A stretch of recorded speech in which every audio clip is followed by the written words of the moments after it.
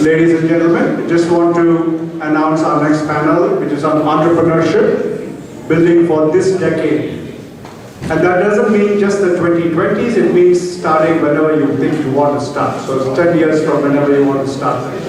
So what would you do? We have this wonderful group of panelists here, and they're going to share their stories, their experiences, and much more. Take it, Rohini.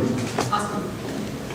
Thanks, Naren. Yeah, welcome everybody, and really nice to see everyone in person. And great panels this morning. Thank you, Priya and Srinivas, for some really great content.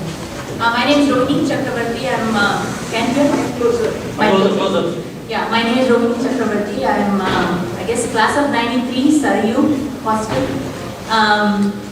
But I've been a venture investor for many years.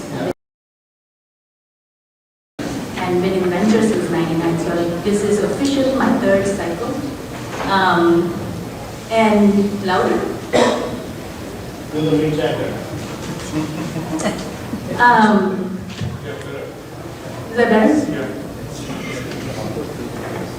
Is this better? Yeah. Yeah. So and I think so. My newest avatar is that I started a venture firm of my own last year with a partner from my previous firm. So I'm also an entrepreneurial venture investor right now. So I'm at a firm called NewBuild Venture Capital. For this new cycle, we're focused on investing in supply chain software, and we'll kind of talk about that as part of that as well. So for today's panel, we'll start with a round of introductions, and then we'll pick up on some of the things that we've discussed in prior panels. Start with a little bit of markets on what to build for the decade, and then maybe we can get that far. So I'll start off with Nikhil, if you want to do an intro.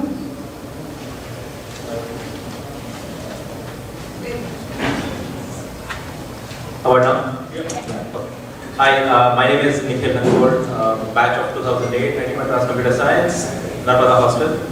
And after that I came to Stanford for a PhD, graduated in 2013 with a PhD in computer science as well. And then started Forward Networks with my fellow PhDs from Stanford. And so we'll be celebrating our 10-year anniversary next month. So fairly far along from the startup journey, seen a lot of ups and downs. And at Forward, we build networking software.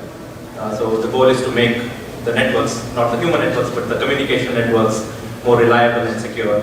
And the technology we are building, we call it a digital twin of the network. Think of it as Google Maps for a network. So it's basically analysis of network behavior, activity as well as security. And it's enterprise software B2B. Now we have our own mic. So, hi, my name is Ramachandran, class of 2012, probably the only non-engineer from IITM today, Bernie Hostel. Oh, very nice, represent. I started my career as an investment banker, went to a company called Lending Club after that to take care of our personal loans operations, and then have been a venture investor for the last 5 years. I'm a product of entrepreneurship. My dad came from a small village, and by the time he passed, he could speak 8 languages, had businesses all over the place. As a young kid, I didn't know how lucky or privileged I was, but that kind of always gave me the affinity towards entrepreneurship. I fundamentally believe that it takes a lot of gumption to say no to the security of a job and go build for success, and it's very self-actualizing for me, just given my background and my family and all that, to happy to share what I can. Hi, my name is Arun Ramamoorthy. I'm 1995 Goda Meta. So I currently, about 3 years back, I started my own venture capital firm called Z5 Capital. I'll talk about that a little bit, but my journey has been post IIT. I actually did my master's at the University of Michigan, and then moved to the Bay Area, worked at Intel in the days of the Pentium 2. And then kind of through that journey, ended up post MBA joining a venture capital firm called Pinnacle Ventures, became a general partner there, and then decided to start my own firm 3 years back. At Z5, we focus on enterprise software. It's called Z5 because 0 to 5. So our thinking is very early stage. We are kind of working closely with the entrepreneurs, helping them with the journey. And typically at that time, it's everything on the table: go-to-market, product building, even as simple as things like hiring a salesperson, how do you think about building an SDR team or AE, etc. So we help work. Hello, am I audible? Okay, I'm Aravind. I graduated from ITM in 2017 and came here to do a PhD in Berkeley. Graduated in 2021. Then I worked at OpenAI for a year. And then now I'm working on this search startup called Perplexity. It's trying to move all of us away from consuming links to directly getting answers. So right now I think it's the fastest way to get answers to any question on the internet. Right? So you should consider using it. I've been working on the startup only for like 9 months right now, so I'm still pretty new in the journey, but 9 months is, in AI time, is like many years, so I've already learned quite a lot and raised a lot of funding, so that's the good part. My PhD was also, it just so happened that all of these things are now like no longer a research thing and actually translating to real products. Awesome.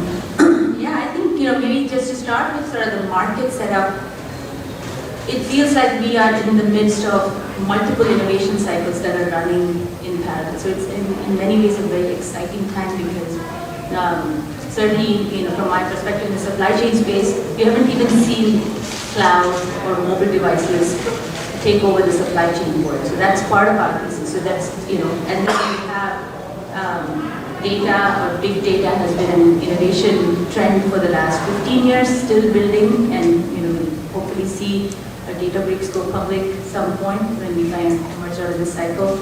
And certainly AI is this new innovation cycle. So one of the key things that I've noticed over the last many years is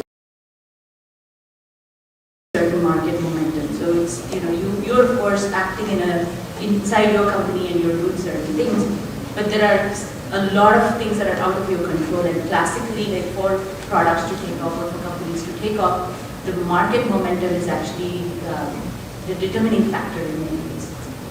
So maybe Arun will start with, since you're in the firestorm, how did you when did you think about starting Perplexity? Why did you start?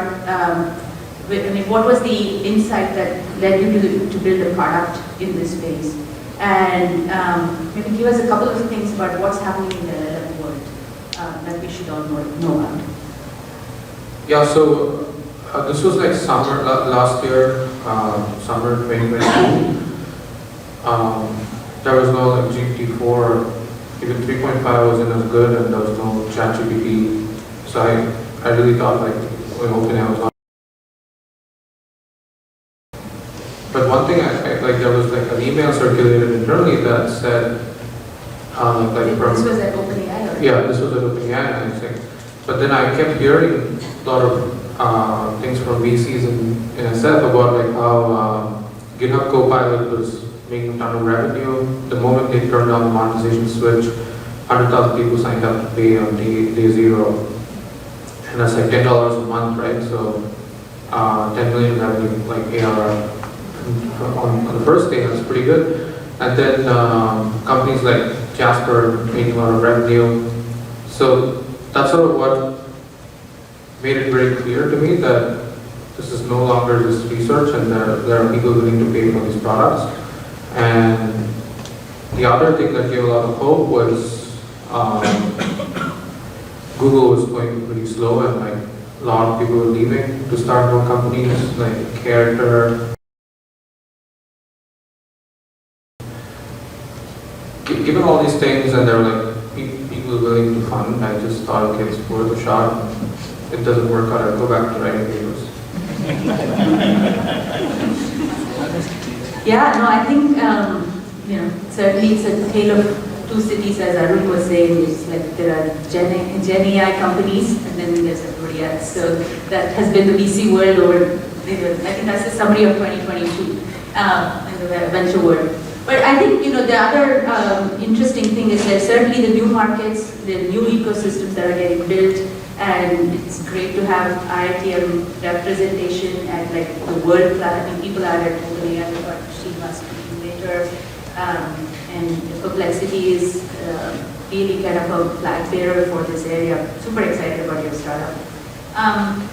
But on the other hand, there are markets that have been with us for a while. Networking has been around in, I think, Cisco and public.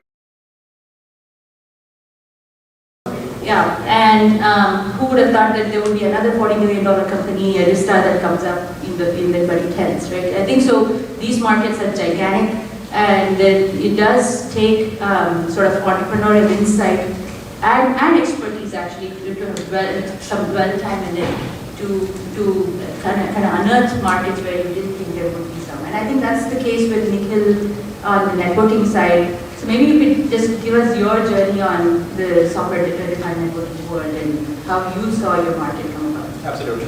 So this goes back to my PhD days at Stanford, and this team that I was part of were building some of the foundational pieces of software-defined networking. It was a new way of building networks and managing networks. Right? And the thing that we observed was, infrastructure is fundamental to everything else that we do. Waves come one after the other. We had the internet come over, we had the web, and generative AI and all that stuff. What underpins all of this is infrastructure. We're talking about compute, storage, networking, right? And that doesn't change, and the demand on that only increases. And so when we saw this as something foundational for businesses, something that is not subject to say mood swings of the market, right? And the problem that we were going after was network complexity, and this was also something that was fundamental to the demand of the applications that are running on top, and that was not going away.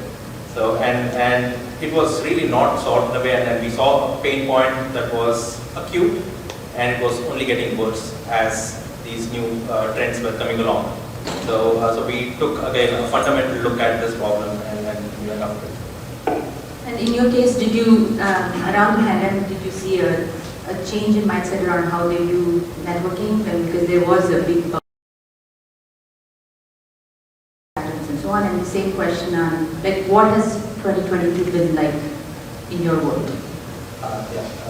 Great question. I think, like I said, infrastructure is fundamental, and pandemic made it even more critical for human survival and advancement.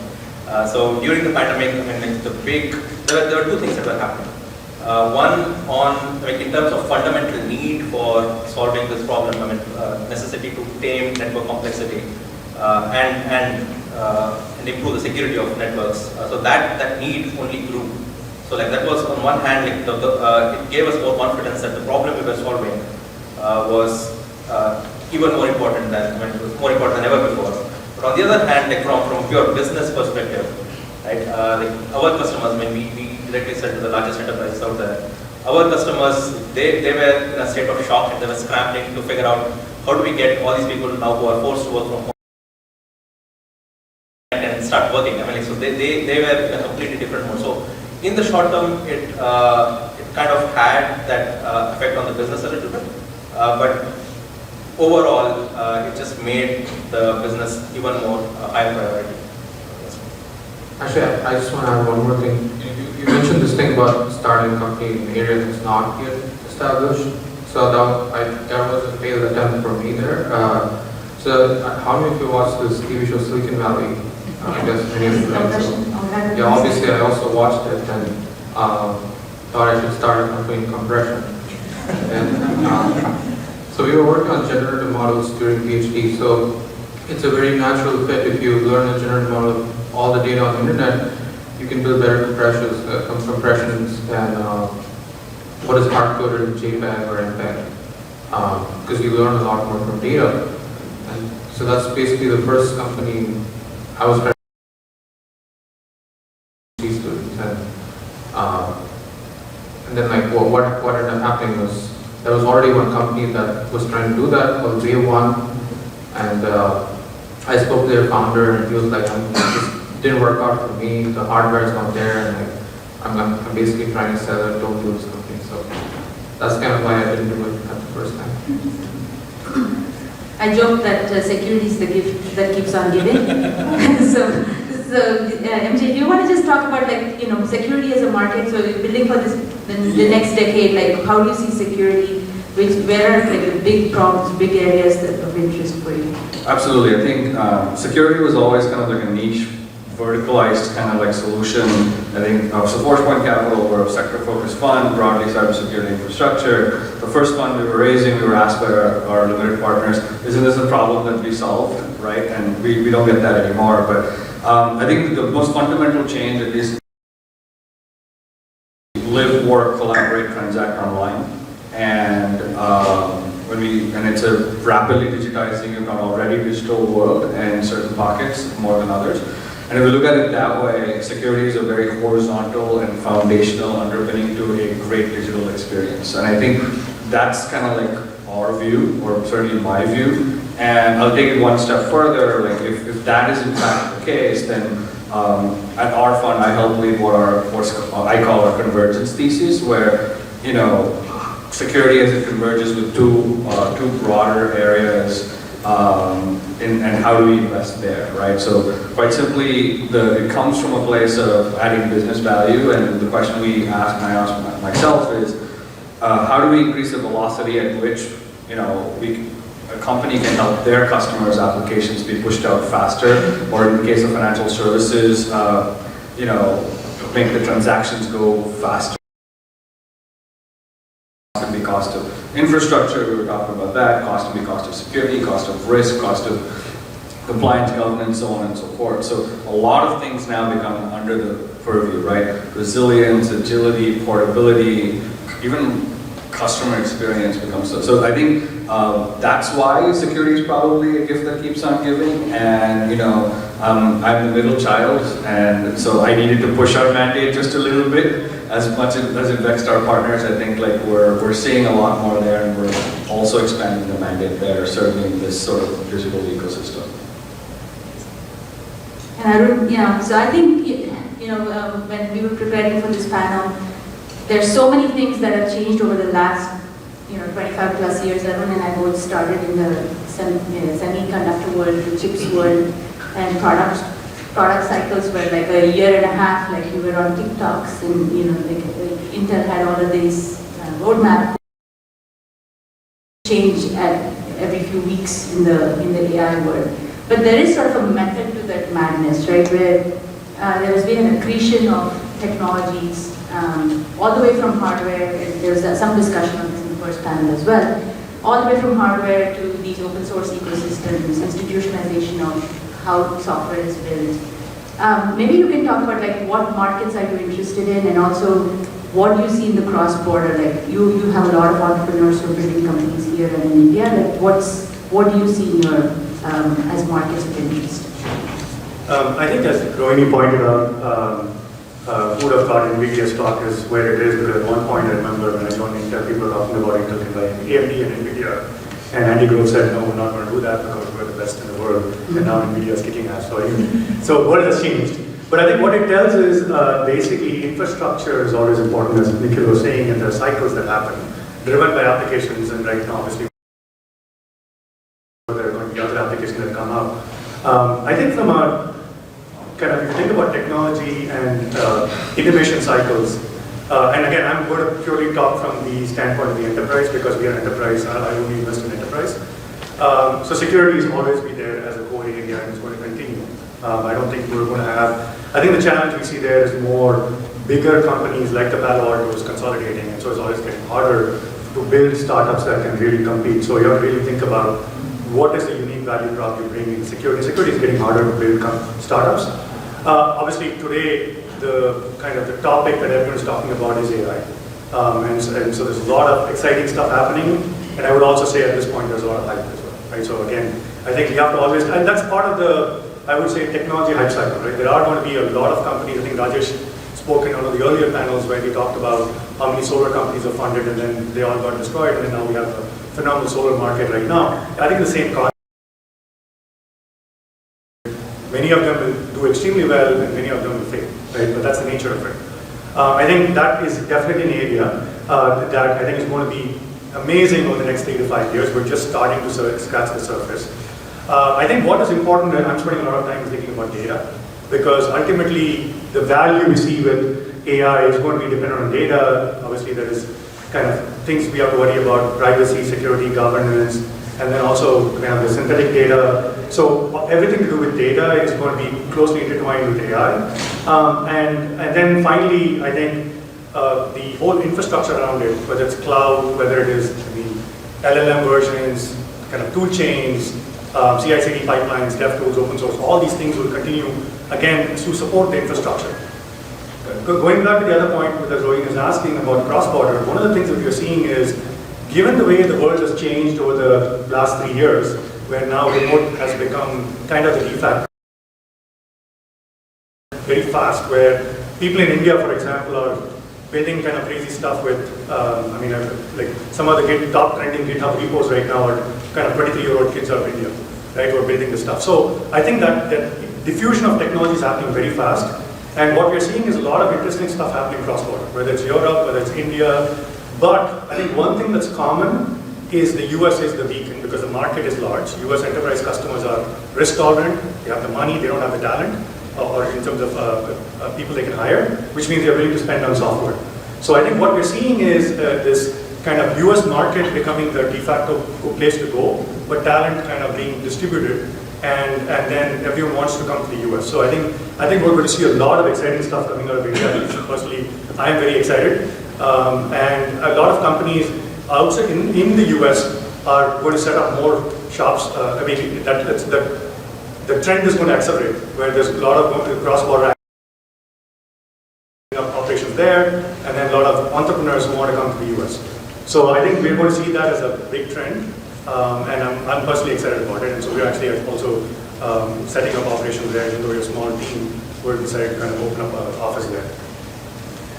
I would like to just echo that from personal experience. I mean, we do have a cross-border team here in the US as well as in India, and echoing that, I mean, amazing talent coming out of there as well. And the market is largely centered for us in North America. I think the cross-border thing, the biggest difference that I've seen, just to double click, is I think the service revolution of India is in the past. Then the SaaS revolution was like mostly kind of 2C, maybe 2B, 2C. But the productization of core enterprise products as built for India, for the world, is just increasing at the fastest clip ever, right? And it could be, I mean, the traditional cross-border arbitrage of US companies, and just for cost arbitrage and talent arbitrage is gone. So I think the diffusion of talent, we're a flatter, more remote, more hybrid kind of world. But I think the opportunity that I am also personally excited about, and anybody who misses out on the next decade, especially as an investor, will be them, because I think India for the world, especially as it comes to enterprise software, is just starting to happen, and it's accelerating really quickly. Yeah, no, I agree with that last point. I would say that, just like we saw, Wipro, Infosys, HCL, all of these guys became the services standard bearers, serving global markets and became gigantic companies. I think we see that in product infrastructure. Like if you look at a Postman or a Hasura, like these are India-born companies that are competing. They're truly world-class companies, product companies that are coming out of India. So I think the big takeaway,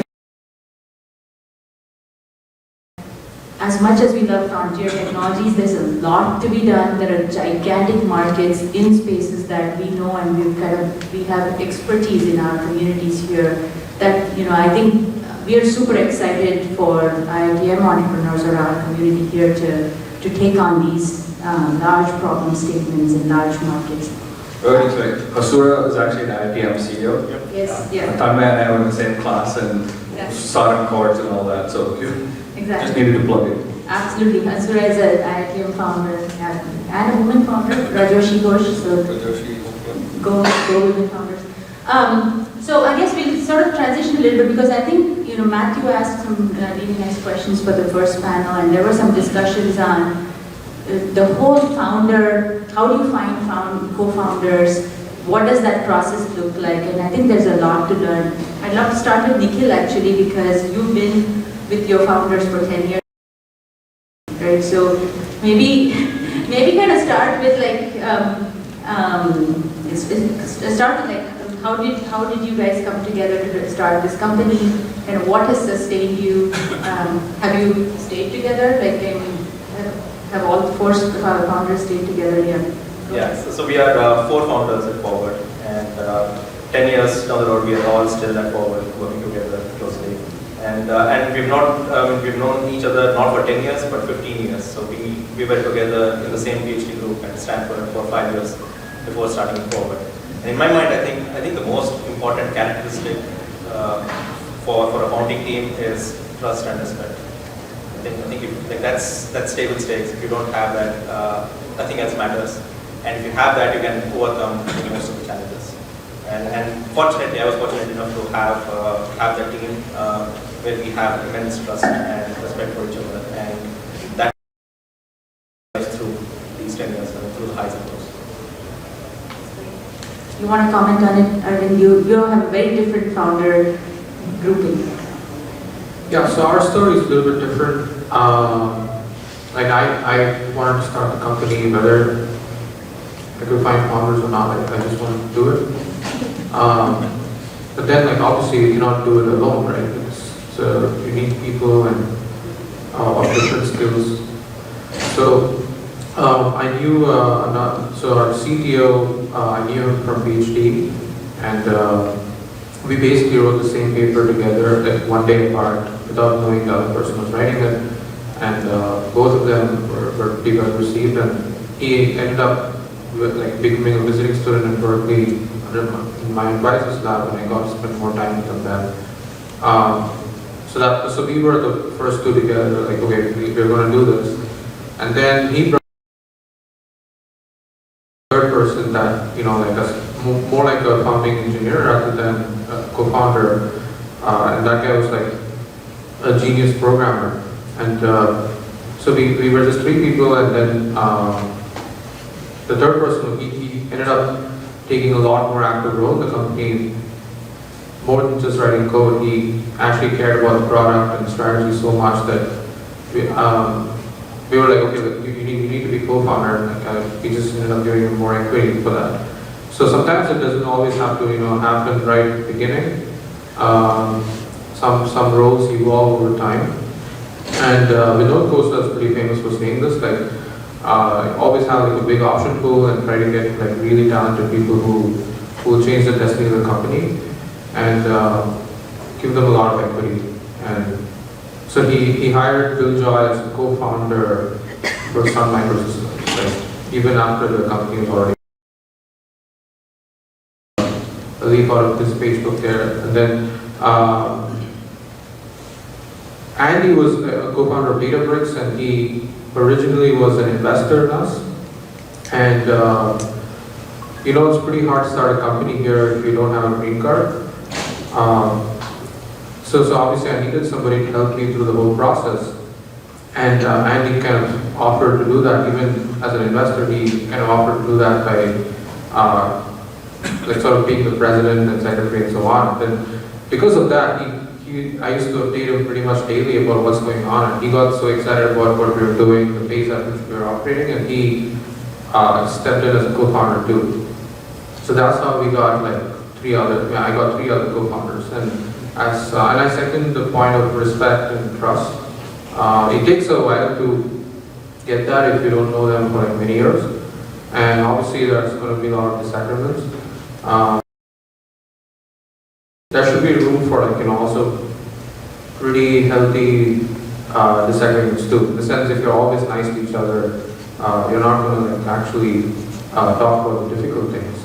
So we somehow found a balance over time, and evolved into the sort of like separate roles for each other. And I'm pretty happy with where we are. And that's probably the biggest deciding factor for any startup, I think, like whether you have a good co-founding team. That's not just like friends and stuff, but also everyone has their own role to play, and like they specialize in it really well, and also generalists so that they can understand what the other person is doing. I want to extend that notion of founders a little bit, because I mean, I spoke about 4 founders and we talk about founders a lot. But I think the same idea extends to the foundational team. Right? It's not just the founders, but also the first dozen or so people that you hire. If you can have the same amount of trust and respect and camaraderie among that team, I think that can do a world of good. So I think I would like to extend that notion to this beyond. Absolutely. If I may add just one point on that. I think just as a background, right, obviously I've seen a lot of companies, worked with a lot of companies over my career. I think exactly what Nikhil and Aravind were saying, trust and respect is very important. But I would add 2 more things to that. One is transparency. Because a lot of times founders build silos, and it's very important for everyone to be transparent about what is going on. And then also communication. Because I think everyone tries to build their own stuff and not communicate. I found the best founding teams, besides the trust and respect, also are transparent and also communicate. Or intentional about how you communicate, etc. And I think the other point I would make is, I have seen founders who have left in the middle of the journey. I've seen founders who have stuck around. And I think it's very important, as one of the patterns you're seeing is people who've gone to school with, people you work together with, where you have a level of trust and respect. Because you work with them, you know them, they are kind of more likely to stick around versus somebody who's like assembled on the fly, where you don't know the kind of the working styles. So it's very important to think about. Awesome. So we got the 15-minute mark here. So if there are questions from the audience, we will start taking some of those. And but I think maybe I'll add one thing to the. I've been thinking a lot about what we think of as underappreciated founders, especially in our work now at NewBuild as well. And I think Indian entrepreneurs in general were underappreciated founders. You know, today you see Nikhil's thing and say, oh, 4 Stanford PhDs, so this should be easy to fund. But a previous conversation with Anand Rajaram, who with Venki, who's going to be talking later today,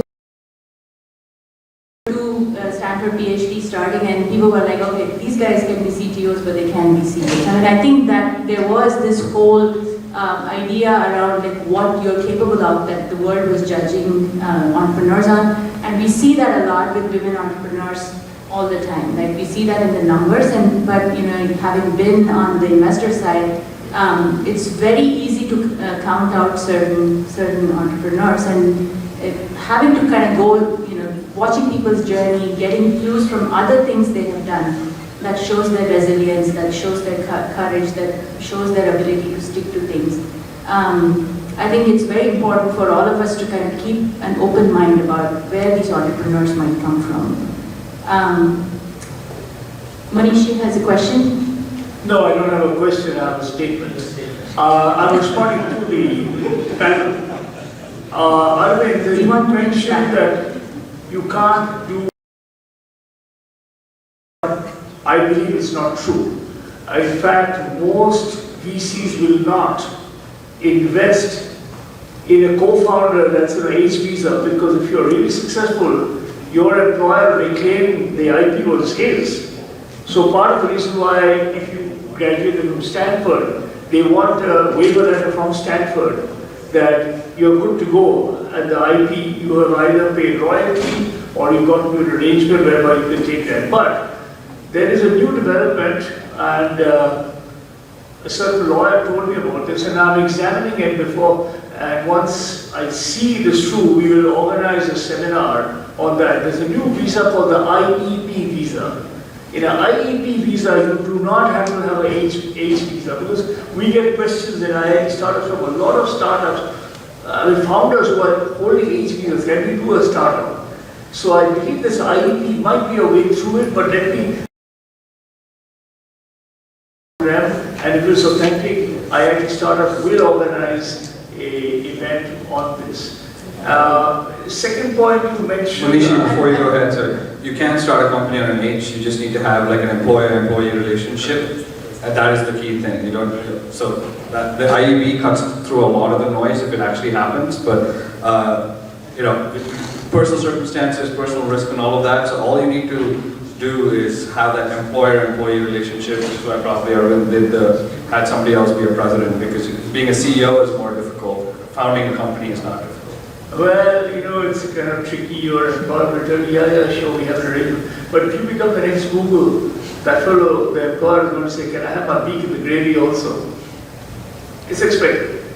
Okay. The other thing is about funding. There's been a bit of a slowdown in the recent past.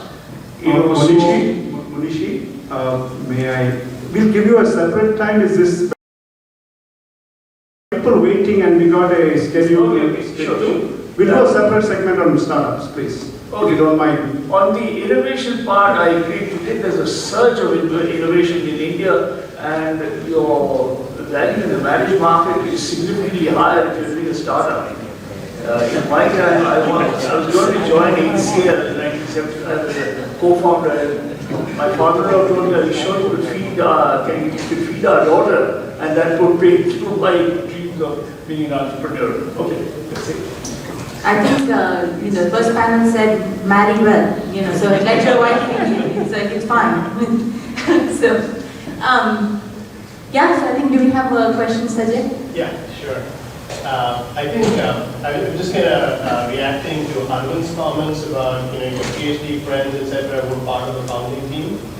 I think you're selling yourself a little bit short there. And the two comments I wanted to make was, your best friends, your wife, etc., as part of the startup team, it's a double-edged sword, So think about that. The other part of it is, in Arvind's comments, in terms of bringing in more founders and giving more equity, etc., it's when you talk equity and money, etc., people get very hung up on how you cut the pie, how you slice the pie.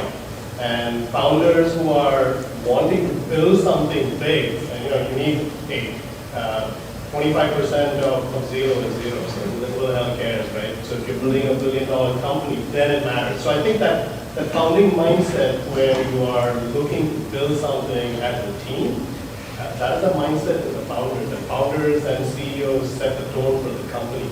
So I think that is intrinsic to the founding team itself, and again, you can't sell that short. Keeping up with best friends, and has that been an issue?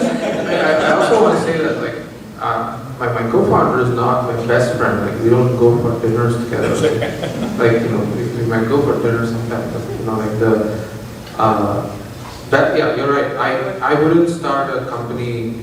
In fact, I have my best friend many times we talked about starting a company, and we didn't do it precisely for this reason, because we joked that, okay, then who's going to do the work? If we are just going to chit chat.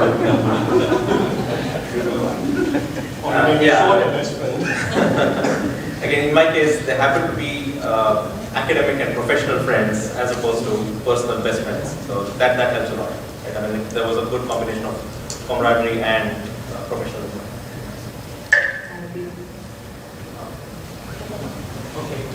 Hey guys, Ravi here. So I run artpost.ai. So startup. My question is, and I think Arun, you mentioned that, right? A lot of activity in India, and I was recently in India and I was talking to a lot of folks. And thank you for sharing your experience, guys. My partner CTO happened to be my batchmate, Vinay, who is in Hyderabad leading India operations and talent acquisition. So one thing I had was, especially the talent is there in India, but unfortunately a lot of good startups did not fly or take off. So all the talent is available and we were able to, the business was in the US, where it was lacking. So it's a good marriage, I would say, of those.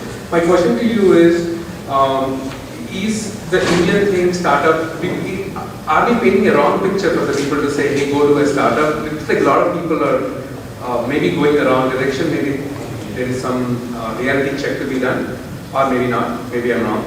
And the second question is, and this I asked a couple of forums, is there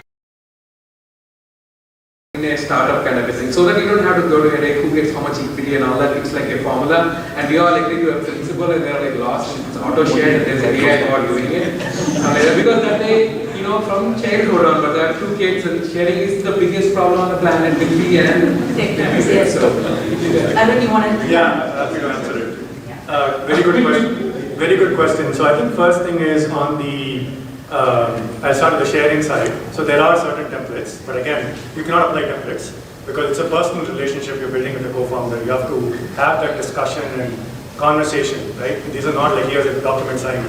So I think it's very important to have an open dialogue, talk about it, and then I'm a big believer in kind of being fair because you don't want too much of inequity in the structure because it creates problems. People don't stick around, simple as that, right? In terms of talent part, I think definitely the goal here is not to say everyone should do a startup, right? Startup is not for everyone. It's a very tough journey. Downs, there's a certain mental resilience that is required to be a founder, right? Not everyone can be a founder. So, but at the same time, I think there are lots of opportunities where people, if they are excited, capital is, being one point I would make is there's a lot of investor capital sitting on the sidelines because money was raised over the last 2 years and because of the market correction, people have stopped deploying, there's a CVC bottleneck. So money is just sitting around. So if people have good ideas and they can show that they either have the technology or they have the traction, there is capital available. So to the extent that people are willing to, are excited about building something, they're passionate about it, there is capital to support it. So, but at the same time, it's not for everyone, right? It's a personal choice. And I'll just add something else as an investor, right? So I think technology is great, and especially in these macros, if you're starting a company, if you already have a company, one of the key tenets of my personal investment philosophy is there's only two types of companies in the world. Fundamentally, regardless of what you do, you either help save money or a combination of both. So if, you know, passion, technology, all that is important, but you have to be solving a problem to be able to unlock that growth, right? So I think from the very earliest of stages, please think about that. And if you're not able to articulate that ROI pretty clearly and seamlessly, then, you know, you're a very cool technology, but still chasing for a solution, and those never really work out well.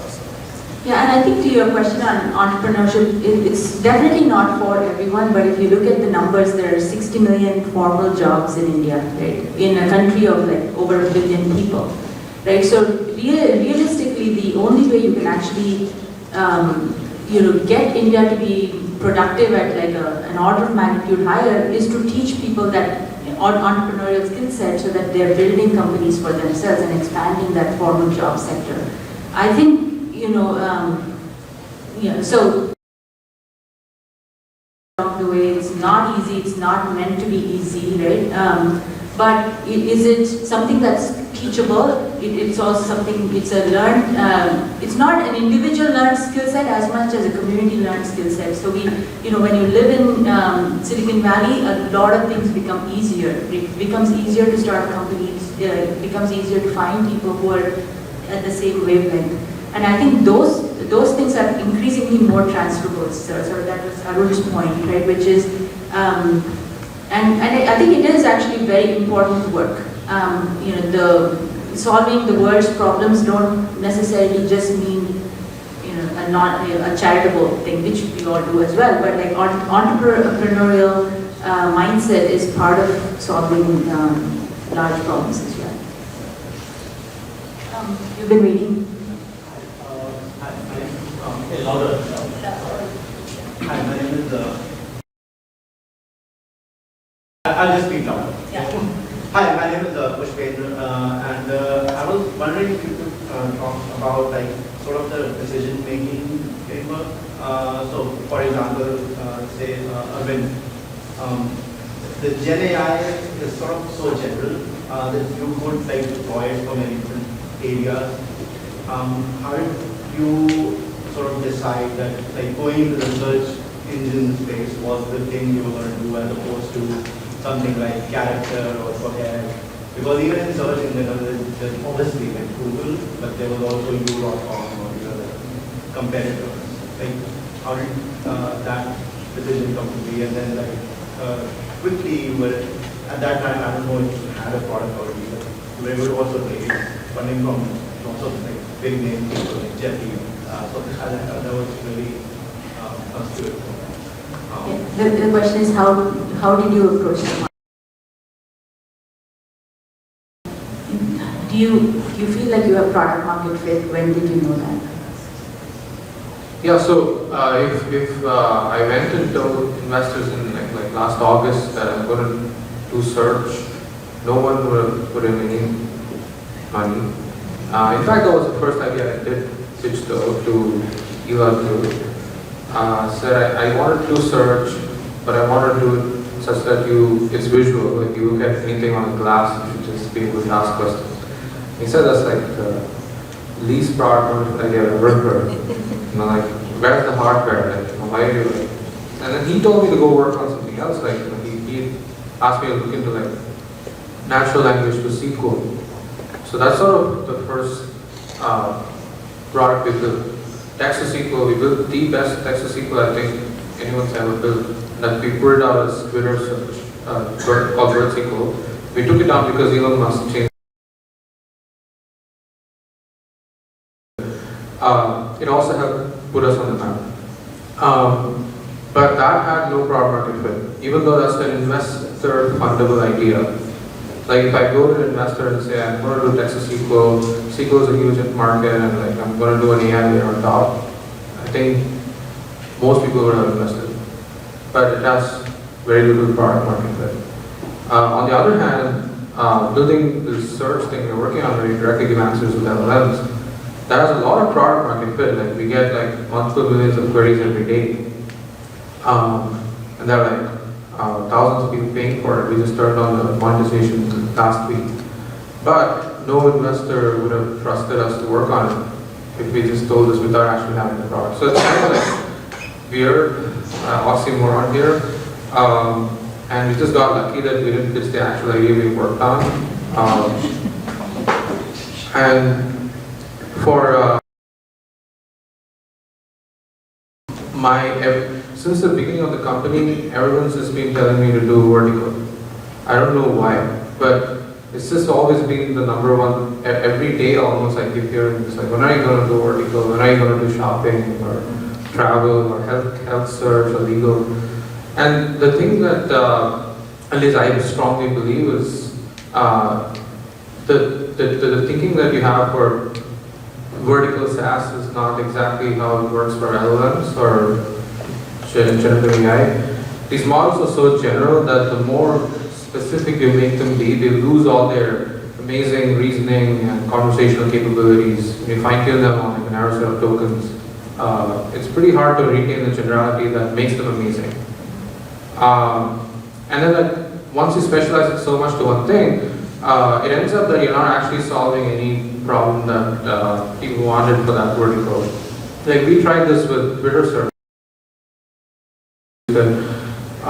Because people already like using these searches where you can just pick a bunch of categories in different drop-down menus.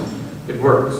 So that's another point I want to make about the general versus vertical. We're really thinking about doing vertical experiences, but through the generic search bar itself, like Google did. Google's amazing at doing narrower things, but still retain the generality, and I think that's sort of what we are basing our product decisions on.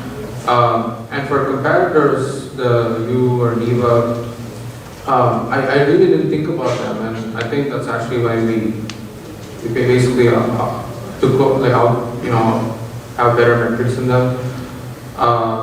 So we were just thinking about our own product and our own growth, and never copied the other person, as they copied us a lot. I think in general, when you're like copying someone else's product, you're supposed to fix it. Rohini will take one last question. Yeah. Yeah. So, my name is Gopal Krishna. My question is to Aravind. Is regarding, first of all, the Perplexity is very great product. I actually personally use it. My question is regarding that.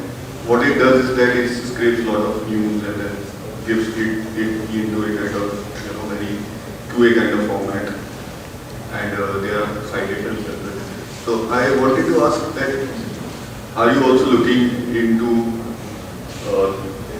building a product around the financial information? Like there is a lot of annual reports, earning calls, and brokers reports. They actually mismatches. They have the different interpretations of the thing. this financial information can have impact on the particular. And the second question is, sorry. Is that a vertical? I guess he'll answer it very shortly. So, like, do you think that these LLMs like Quanto and then Polygon and then recently the Orca, like, are these capable enough to give these power in the hands of people that, companies, founders like sitting in India can think of having their own LLM and then having this same kind of distributed tech? Yeah, so for the financial thing, we are looking into it. Like, I've been talking to some hedge funds and trying to understand like what are the queries that people really want to use these kind of products for. Like we looked into indexing Edgar and then like a bunch of other documents. But the thing is like you want to provide the results not just in text, right? Like you want graphs and plots and things like that. And it has to be end to do that reliably. We won't ship that. But it's on the roadmap release. For the other question about Falcon or Llama, is that the question? Yeah. So I think like Facebook will likely open source these models, like in commercial license pretty soon. That's what I'm hearing. And once that happens, and there's also like a lot of work on 4-bit and 8-bit inference speeds, like so say it can be deployed on a MacBook or a CPU or like a low-end GPU. And once that happens, it also goes open source. Anybody can take it and like deploy their own LLMs, fine-tune it on any data that they have, and India should be no different, right? So I think that's going to happen by end of the year. Thank you very much. I think this is the entrepreneurship panel has been